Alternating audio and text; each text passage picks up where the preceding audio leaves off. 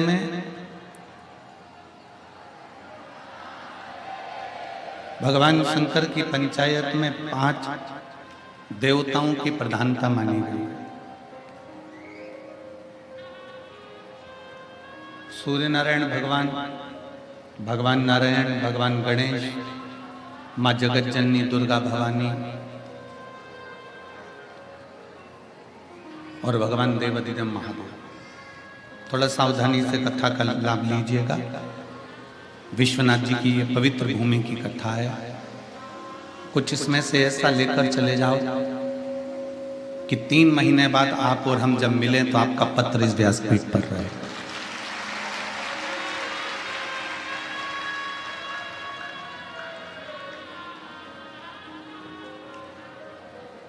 हम जब भगवान शिव की अविरल भक्ति को धारण करते हैं, जब हम भगवान शंकर की विरल भक्ति को अपने भीतर उतारते हैं,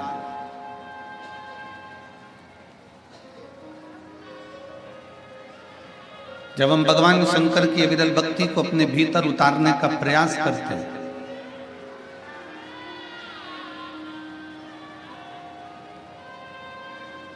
जब हम भगवान शिव की विरल भक्ति को अपने भीतर उतारने के लिए उत्सुक होते हैं, प्रयास करते हैं, तब भगवान की प्राप्ति कराने के लिए स्वयं सूर्यदेव, स्वयं नारायण, स्वयं माँ जगत जननी जगदम्बा अम्बा, स्वयं श्री गणेश जी महाराज हमको प्रेरणा देते हैं, हमको प्रेरणा प्रदान करता है।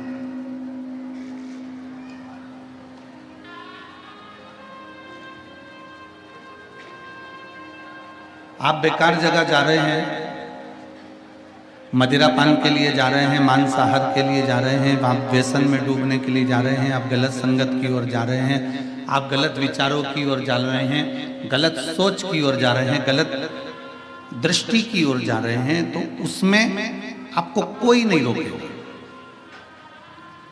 महापुराण की कथा कहती है, भगवान शंकर का चरित्र कहता है, शिव तत्व कहता है, शिव महापुराण का पवित्र चरित्र कहता है कि जब आप सत्संग की ओर बढ़ेंगे, जब आप मेरे विश्वनाथ के मंदिर की ओर बढ़ेंगे, जब आप बाबा काल भैरव का दर्शन करने के लिए बढ़ेंगे, या आप अपने अपने घर से जब कहीं तीर्थ के लिए ओर बढ़ेंगे, तो इतनी अड़चन उत्पन्न हो जाती है, इतनी अड़चन उत्पन्न हो जाती है कि मैं वाराणसी जाऊं कि ना जाऊं, मैं काशी जाऊं कि ना जाऊं, मैं अयोध्या जाऊं कि ना जाऊं, मैं प्रयाग जाऊं कि ना जाऊं, ये विचार आपकी चित्त वृत्ति में रमा रहे हैं।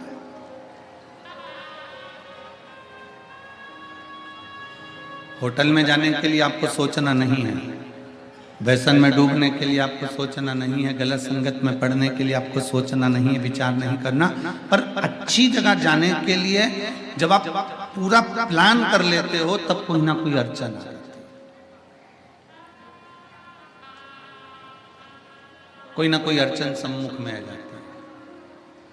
और यदि आपने मन बना लिया, आपने विचार कर लिया, आपने अपनी दृष्टि, आपने अपना चित्त वृत्ति, मन को प्रबल बना लिया कि नहीं, मुझे कथा में जाना है, मुझे कथा में पहुंचना है, मुझे कथा में जाना है। जब ऐसा मन आपका बन जाता है, जब आपने विचार कर लिया कि मन आपका जब हो गया कि मुझे कथा में जाना है, कथा में पहुंचना है, तो फिर शिव पंचायत के 5 देव, माँ भवानी, सूर्य बाबा, सूर्य नारायण भगवान, मेरे स्वयं नारायण भगवान, श्री गणेश जी महाराज और भगवान शंकर, शिव पंचायत के 5 देव ऐसे होते हैं। जब हम सत्कर्म की ओर आगे बढ़ते हैं, जब हम भगवान की ओर आगे बढ़ते हैं, हम धर्म की ओर आगे बढ़ते हैं, हम सनातन धर्म की ओर आगे बढ़ते हैं, जब हम किसी ना किसी परमार्थ के कार्य के लिए आगे बढ़ते हैं, तो ये शिव पंचायत के 5 देव हमें इतना बल उत्पन्न कर देते हैं कि हम सफलता की ओर बढ़ते चले जाते हैं। आप सबसे निवेदन है, जितने आस्था चैनल के माध्यम से कथा सुन रहे हैं, जितने फेसबुक यूट्यूब के माध्यम से कथा सुन रहे हैं, जितने टीवी चैनल के माध्यम से कथा सुन रहे हैं, जितने इस पावन माँ गंगा जी की गोद में बैठकर बाबा विश्वनाथ की धरा में इस पवित्र भूमि पर बैठकर कथा सुन रहे हैं, उन सबसे केवल इतना सा निवेदन है कि आप और हम भी जब तक मेरे विश्वनाथ का, जब तक मेरे भोलेनाथ का हाथ पकड़े हैं तब तक संसार अच्छा लगता है। जिस दिन बाबा का हाथ छूट गया तो संसार श्रेष्ठ नहीं लगता है।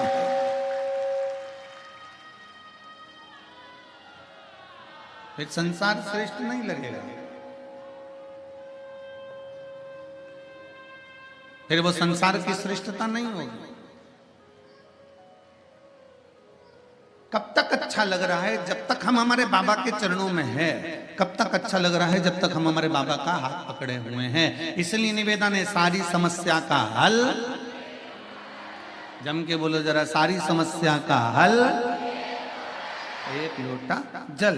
एक लोटे जल का मतलब ही यही है कि हम बाबा के दरवाजे पर, बाबा की चौखट पर जाकर, बाबा के शिवालय पर जाकर, बाबा के मंदिर में जाकर जब हम एक लोटा जल भगवान विश्वनाथ को, जब हम एक लोटा जल अपने घर के नजदीक में जो शिवालय होता है, अपने घर के नजदीक में जो शंकर जी का मंदिर होता है, मेरे घर के आपके आसपास में जो शिवालय हो, उस पर जब हम एक लोटा जल शंकर के शिवलिंग पर अर्पित करते हैं, समर्पित करते हैं, चढ़ाते हैं, तब बाबा हमारे हाथ को पकड़ लेता है। और जब तक हम जल चढ़ा रहे हैं ये मानकर चलना, तब तक हमारा हाथ, हमारा बाप, हमारा पिता पकड़ा हुआ है, हमें घूमने नहीं देगा, हमें भटकने नहीं देगा।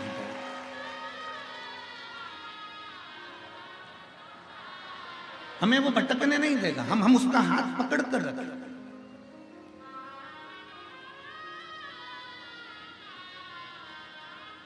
कितना सुंदर एक चरित्र आता है शिव महापुराण का।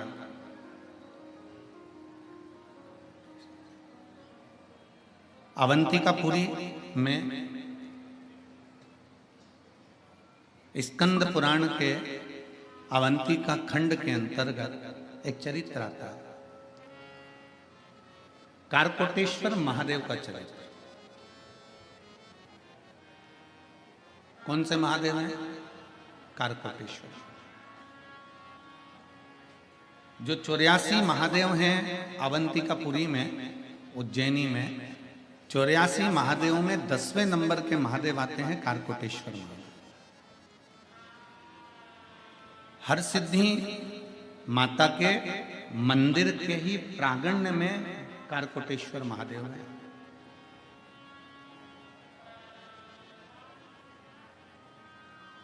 स्कंद पुराण का अवंती का खंड वर्णन करता है।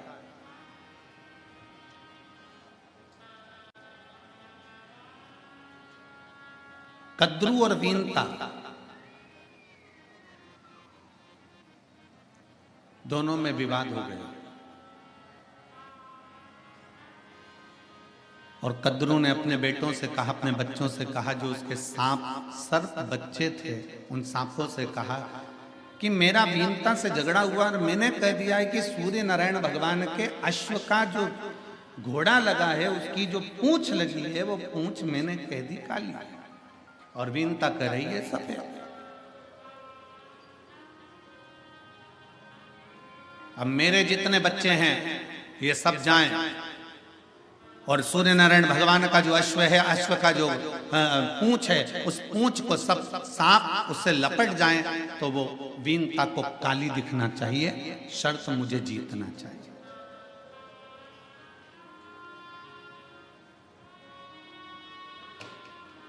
उसमें कुछ सर्प ऐसे थे जो अपनी माता को ज्ञानोपदेश देते हैं, माँ तू ऐसी शर्त रखी क्यों जिसमें किसी का दिल दुखे, जिसमें झूठ बोलना पड़े, जिसमें कपट करना पड़े, जिसमें गलत कार्य करना पड़े।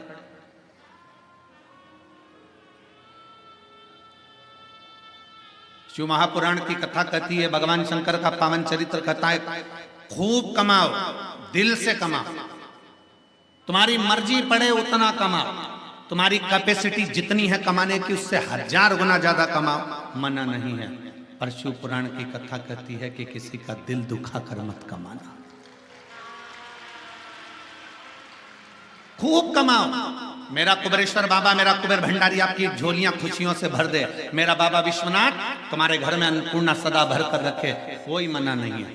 खूब कमाओ, दिल से कमाओ, चार चौगुना कमाओ, 1000 गुना कमाओ, जितनी तुम्हारे शरीर की कैपेसिटी उससे 1000 गुना ज्यादा तुम मेहनत कर कर कमाओ, मना नहीं है। पर इतना याद रखना कि तुम्हारे कमाने से किसी को कष्ट तो नहीं पहुंचा है, तुम्हारे घर में धन आने से तुमने किसी को बर्बाद तो नहीं कर दिया है, तुम्हारे घर में पैसा आने से तुमने किसी के साथ कोई गलत कृत्य तो नहीं कर दिया है। क्यों? क्योंकि वो धन बढ़ जरूर जाएगा, वो संपदा बढ़ जरूर जाएगी, तुम्हारी 4 मंजिल बिल्डिंग खड़ी भी हो जाएगी, तुम्हारी प्रॉपर्टी भी बन जाएगी, तुम्हारी गाड़ी भी आ जाएगी, पर कब 2 क्षण में मेरा काल अधिपति महाकाल राजा कब दृष्टि हटा लेगा और वो सारा की सारा नष्ट हो जाएगा। इसलिए प्रयास करना कि किसी को कष्ट देकर ना करना।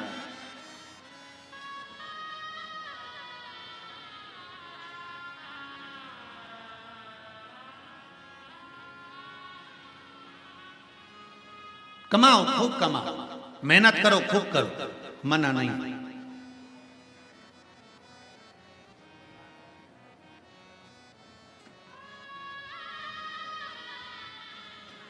विचार करिए जरा,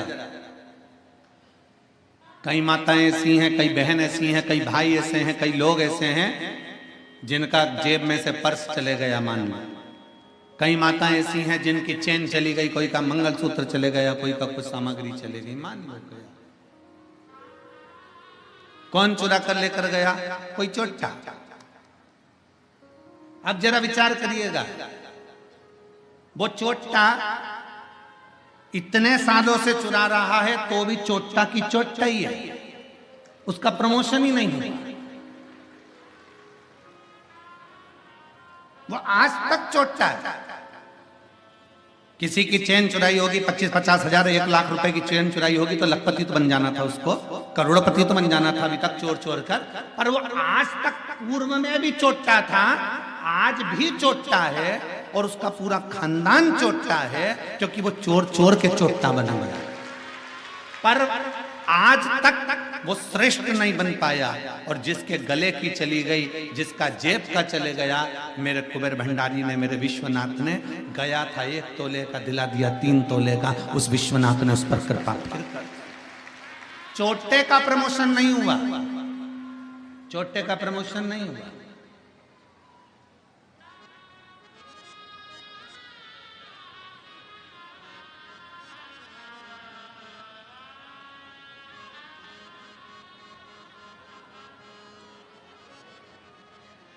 हरिद्वार में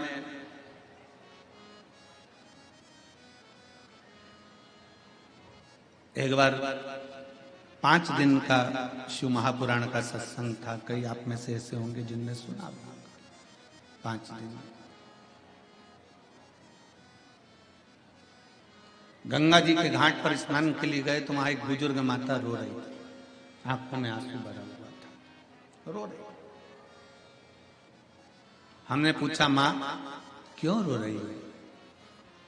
महाराज जी मेरा बैग चले गया, कपड़े चले गए और पैसे चले गए। हमारे साथ आशीष थे, हमने कहा आशीष इनको किराया वगैरह दो, ये अपने घर जाएंगे। उसने कहा नहीं महाराज जी हमको नहीं चाहिए, हमारे पास में ये किराए के लायक तो हैगा। पर दुख एक बात का है महाराज जी, यहाँ इतने लोग गंगा स्नान करने आते होंगे और कितने भावों से आते होंगे, और कोई उनका सामान चले जाता होगा तो उनका कितना दिल दुखता होगा। हमने कहा मां, भगवान को मालूम था कि ये पृथ्वी पर जाकर चोटा बनेगा, फिर भी भगवान ने उसको जन्म दिया। भगवान को मालूम था ये पृथ्वी पर जाकर छल करेगा, फिर भी भगवान ने उसको जन्म दिया। भगवान को मालूम था ये पृथ्वी पर जाकर कपट करेगा, फिर भी भगवान ने उसको जन्म दिया। क्योंकि इस पृथ्वी का बैलेंस करने के लिए अच्छे भी भगवान जन्म देता है और बुरे भी भगवान जन्म देता है, इसकी बैलेंसिंग मिला। अच्छे भी वो जन्म दे रहा है और बुरे भी जन्म दे रहे हैं। अब आपके ऊपर निर्भर करता है कि आप क्या लेंगे, आपके ऊपर निर्भर करता है आप क्या खरीदेंगे, आपके ऊपर निर्भर करता है कि आप क्या प्राप्त करेंगे। अच्छाई भी काशी की पवित्र धरा पर आप स्नान करने जाएं, माँ गंगा जी का स्नान करिए, मणिकर्णिका का दर्शन करिए, बाबा विश्वनाथ जी का दर्शन करिए, काल भैरव जी का दर्शन करिए, भगवान श्री हनुमतलाल जी का, माँ जगत जननी दुर्गा का दर्शन करिए, माँ अन्नपूर्णा का दर्शन करिए, महामृत्युंजय मंदिर का दर्शन करिए। प्रत्येक अगर आप यहाँ पहुंचे हो तो कुछ अच्छा ही ग्रहण करना, कुछ अच्छा ले लेना, वो अच्छा हमारे जीवन को अच्छा बना दे।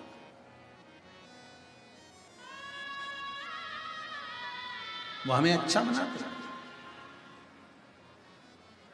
सर्पों ने कहा, सर्प बोले, मां कद्रू माता ये तुम क्या कर रही हो, क्यों घोड़े की पूंछ को काला करने में लगी हुई है? और वो बीनता माता गलत नहीं कह रही है, माता बीनता कर रही है कि सूर्य नारायण भगवान के अश्व जो लगे हैं उनकी पूंछ भी सफेद है। तो मां बीनता गलत नहीं कर रही, वो सत्य कह रही। पर कद्रू मां अपने बच्चों से कह रही है कि मैं तुम्हारी माता हूं, मैंने जो बोला है वो होना चाहिए, मैं जो बोलूंगी वो होना चाहिए, मैं तुम्हारी मां। जाओ जाकर अश्व की पूंछ से लपेट जाओ और पूंछ काली दिखना चाहिए। सारे के सारे नाक चले गए। और करकोट सर्प कुछ सर्पों के साथ रुक गया। उसने कहा, मां गलत चीज में मैं साथ नहीं दे सकता। आप मेरी मां हो, पर गलत चीज में मैं साथ नहीं दे सकता।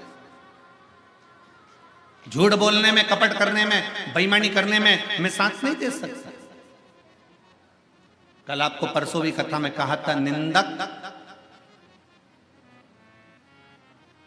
शिव को प्रिय नहीं है। कथा में कहा था, नकली शिव को प्रिय नहीं है और नास्तिक शिव को प्रिय नहीं है। ये तीनों प्रियता नहीं शिव। सर्पों ने कह दिया, मां हम नहीं जाएंगे, हम नहीं जा सकते, हम नहीं जाएंगे, हम पहुंचेंगे ही नहीं, हमें नहीं जाना। कारकोट सर्प ने मना कर दिया, साथ में कुछ सर्प थे उन्होंने मना कर दिया। कद्रू माता को क्रोध आ गया और कद्रू ने कह दिया, तुम मेरे पुत्र होकर, मेरे बेटे होकर तुम मुझको मना कर रहे हो? मैं तुम्हें श्राप देती हूं,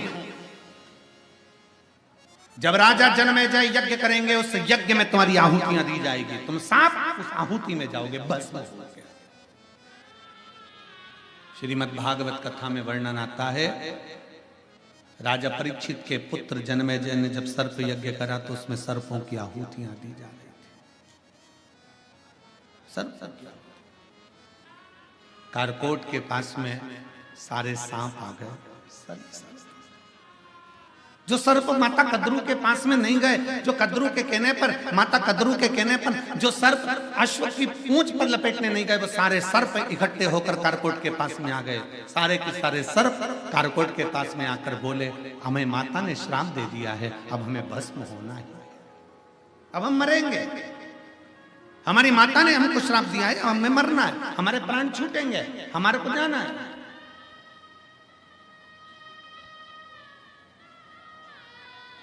कारकोट सर्प कहता है, क्यों चिंता करते हो? क्यों क्यों चिंता किस बात की करना है? किसकी?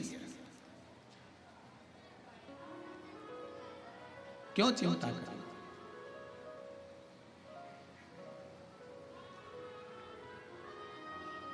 शिव जी के गले में वासुकी नाग पड़ा हुआ, शंकर जी के गले में सर्प पड़ा है कि नहीं पड़ा? बोलो बोलो, जम के बोलो। पड़ा।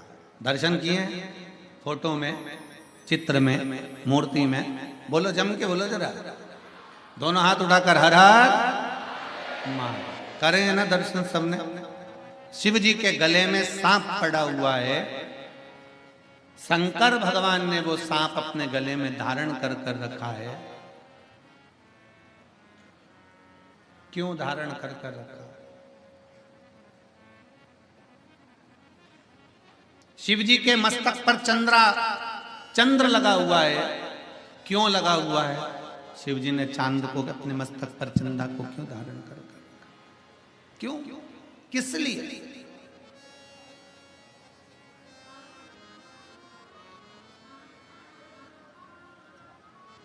भगवान शंकर के मस्तक पर जटा में गंगा जी विराजमान है। शिव जी ने गंगा को क्यों विराजमान कर कर रखा है? किस लिए? क्यों डमरू भगवान शंकर अपने हाथों में रखे हैं? क्यों त्रिशूल भगवान शंकर अपने हाथों में रखे हैं? किस लिए?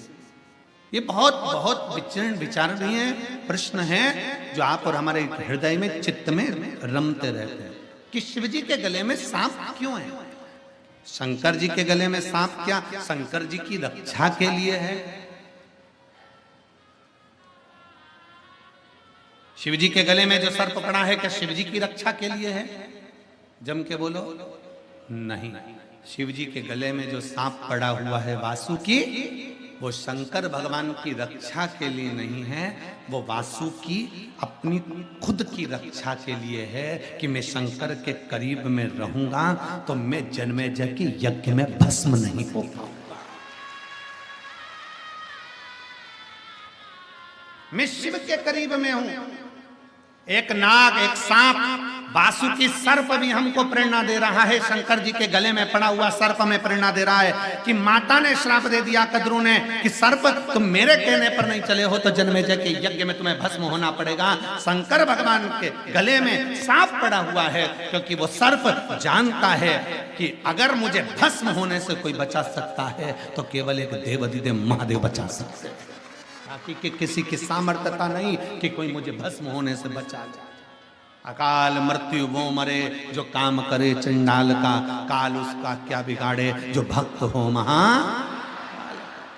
शिव मुझे बचा सकते हैं भस्म होने से। केवल शंकर भगवान वासुकी नाग को भस्म होने से नहीं बचा रहे। शिव महापुराण की कथा कहती है भगवान शंकर मां जगत जननी पार्वती को अमरनाथ की गुफा में बैठकर अमर कथा श्रवण कराते हुए कहते हैं, पार्वती सुन, जो एक बार मेरी शरणागति ग्रहण कर लेता है वो मेरा हो जाता है, फिर वो कभी भस्म नहीं हो सकता।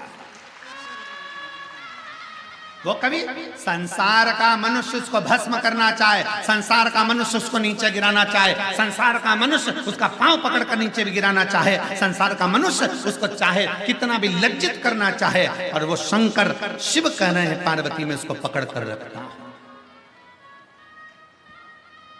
पकड़ कर। सारी समस्या का हल एक लोटा था। श्री शिवाय नमस्ते।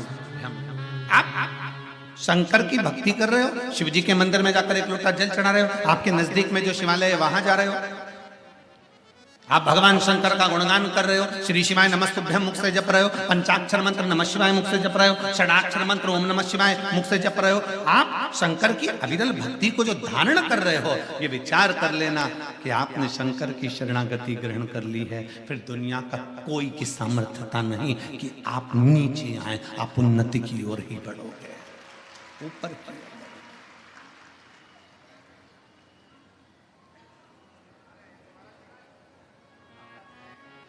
महाराज किसकी सामर्थ्यता, कौन की सामर्थ्यता हो, कौन किसकी सामर्थ्यता हो। इसलिए कल कथा में एक बात कही थी, महादेव नमन चरणों में, महादेव नमन चरणों में, स्वीकार कीजिए सबका किया है मेरा भी उद्धार कीजिए, उद्धार कीजिए। है त्रिपुंडधारी, है त्रिशूलधारी, है त्रिपुंडधारी, है त्रिशूलधारी।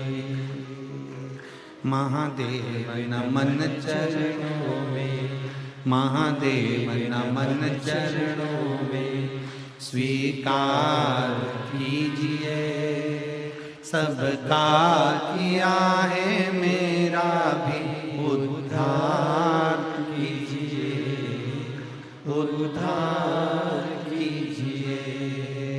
है त्रिपुंडधारी, है त्रिशूलधारी, है त्रिपुंडधारी,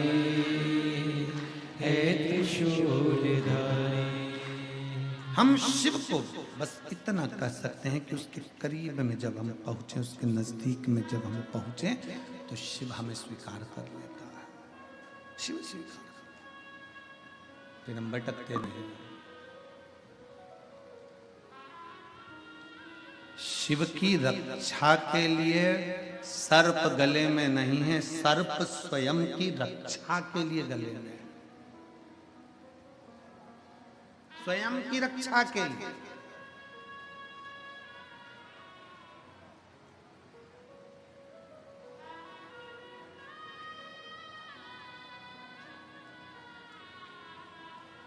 और फिर निवेदन है सनातन धर्मियों से, सारे भारतीयों से, भारत की भूमि पर रहने वाले एक एक सनातनियों से निवेदन है कि जैसे सर्प में अकल आ गई, सर्प में बुद्धि आ गई, शंकर के गले में जाकर बैठ गया, अब भस्म नहीं हो सकता, इसलिए आपसे निवेदन है एकजुट होकर जब हम सब सनातनी एक जगह शंकर की शरण में बैठेंगे तो विधर्मी की इतनी दृष्टि नहीं कि तुम्हें बख्श सके। किसी की सामर्थ्यता नहीं, किसी की सामर्थ्य